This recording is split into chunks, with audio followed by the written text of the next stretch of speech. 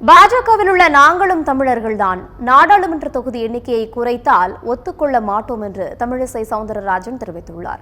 ராணிப்பேட்டை மாவட்டத்தில் பாஜக மூத்த தலைவர் தமிழிசை சவுந்தரராஜன் செய்தியாளர்களை சந்தித்த போது தமிழகத்தின் தோல்வியை மறைக்க தொகுதி மறுவரையறை மும்மொழி கொள்கை என முதலமைச்சர் மு.க.ஸ்டாலின் திசை திருப்புவதாக குற்றம் சாட்டினார்.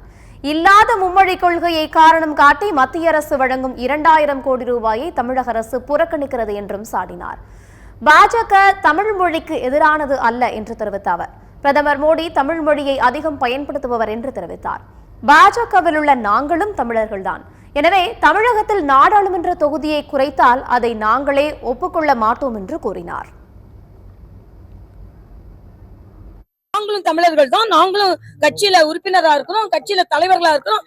ஏன்னா உங்களுக்கு மட்டும்தான் தமிழ் உரிமைன்னு என்ன பேசுறதை விடுங்க. நீங்க தமிழ்நாட்டுல இடம் குறைஞ்சதுன்னா அதை நாங்களும் ஒத்துக்க மாட்டோம். அதுல மரியாதைக்குரிய உள்துறை அமைச்சர் யாருக்கும் குறையாதுன்னு சொல்லிட்டாங்க. என்னமோ ஏதோ பாஜகவுக்கும் தமிழுக்கும் ரொம்ப தூரம்னு சொன்னா எனக்கு கெட்ட கோவம் வரும். நீங்க தமிழை வளர்க்குறேன்னு சொல்லிட்டு நீங்க என்ன நான் கேட்கிறேன், எவ்வளவு இலக்கியத்தை நீங்க படிச்சிருக்கீங்க, எவ்வளவு இலக்கியத்தை பத்தி பேசியிருக்கீங்க? தமிழ்நாட்டுல தமிழே படிக்காம இன்னைக்கு வேலைக்கு செய்யறாங்க எப்படின்னு கேட்கிறாங்க. சும்மா தமிழ் வாயில பேசிட்டு இருக்கீங்க, செயல்ல ஒன்னையுமே காணும்.